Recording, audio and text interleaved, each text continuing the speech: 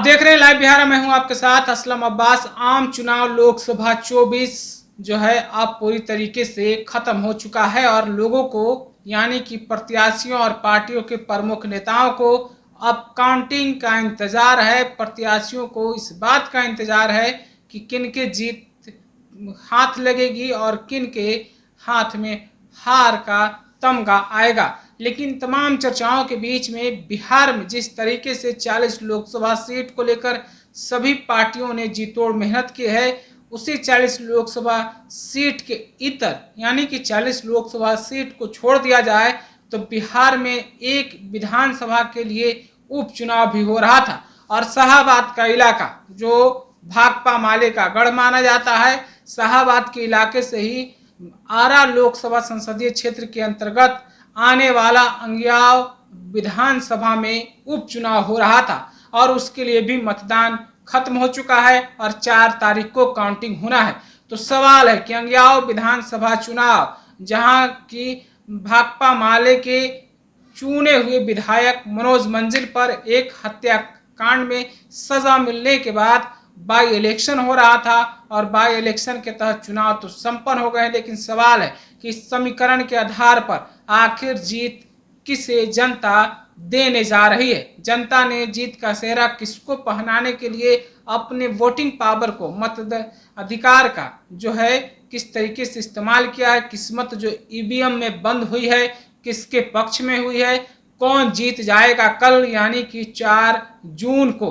तो इसको लेकर चर्चाएं लगातार है और चर्चा की अगर बात करें तो अंगिया विधानसभा का जो क्षेत्र है वो 2010 के परिसीमन के बाद परिदृश्य में आया और पहले यानी कि पहला चुनाव में 2010 विधानसभा चुनाव में जिस तरीके से पार्टियों के वर्चस्व के बीच में शिवेश राम ने बाजी मारी थी जो भाजपा के प्रत्याशी थे और 2000 में शिवेश राम जो है चुनाव जीतने में कामयाब रहे थे और वही 2010 विधानसभा चुनाव में राजद और भाकपा माले दोनों अलग अलग चुनाव लड़ी थी और दोनों के प्रत्याशियों को 20-20 हजार का मत प्राप्त हुआ था यानी कि वोट मिले थे और 2 की लड़ाई में तीसरा भाजपा प्रत्याशी शिवेश राम चुनाव जीतने में सफल रहे थे।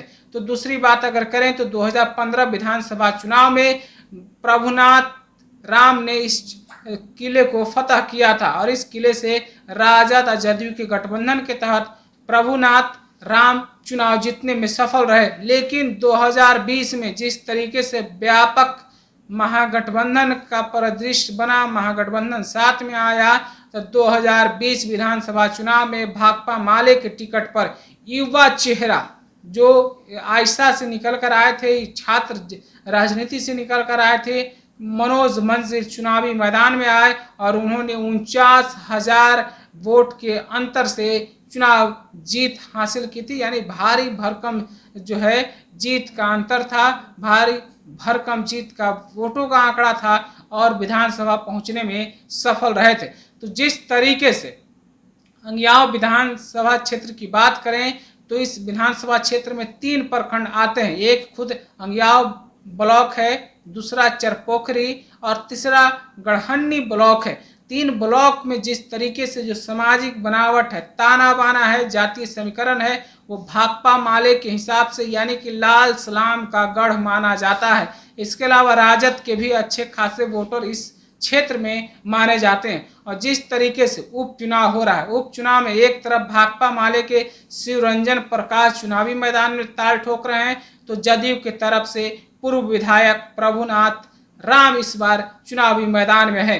तो जनता ने किसको जीत का सेहरा पहनाया है, ईवीएम में उनकी किस्मत तो कैद हो गई है। लेकिन जो समीकरण है उसके हिसाब से जो है ये लाल सलाम का गढ़ भाकपा माले के पक्ष में जाता हुआ नजर आ रहा है। जो लाइव बिहार की टीम के जो आंकड़े हैं वहां से जो आंकड़े निकल कर आए हैं, जो सर्वे निकल कर आए हैं, उसके हिसाब से अंगिया उपचुनाव में भाकपा माले के प्रत्याशी शिवरंजन प्रकाश जीतते हुए नजर आ रहे हैं। बात अगर यहाँ वोटरों की करें तो 2,72,000 से अधिक वोटर हैं यहाँ विधानसभा क्षेत्र में। और इस उपचुनाव की अगर बात करें तो जिस तरीके से माहौल था उस तरीके से माहौल के हिसाब से ये कहना कोई गलती नहीं होगा। हालांकि आंकड़े भी आए हैं निकल कर कि ये शिवरंजन प्रकाश जो भाकपा माले के प्रत्याशी हैं वो इस सीट से एक बार फिर से जीतते हुए सफल नजर आ रहे हैं। अगर इस क्षेत्र की बात करें, लालगढ़ की बात करें, लाल सलाम की बात करें, तो जिस तरीके से 2019 आम चुनाव में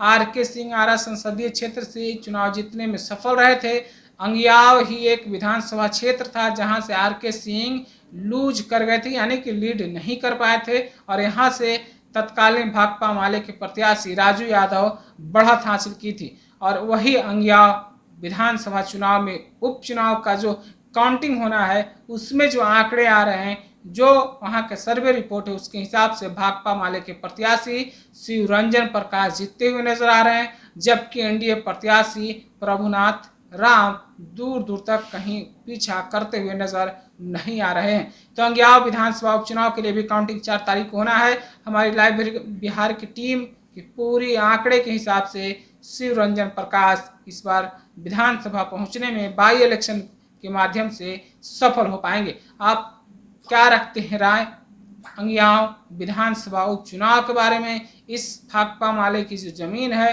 लालगढ़ के बारे में हमें कमेंट के रूप में जरूर बताइएगा। तब तक के लिए आपका बहुत बहुत शुक्रिया।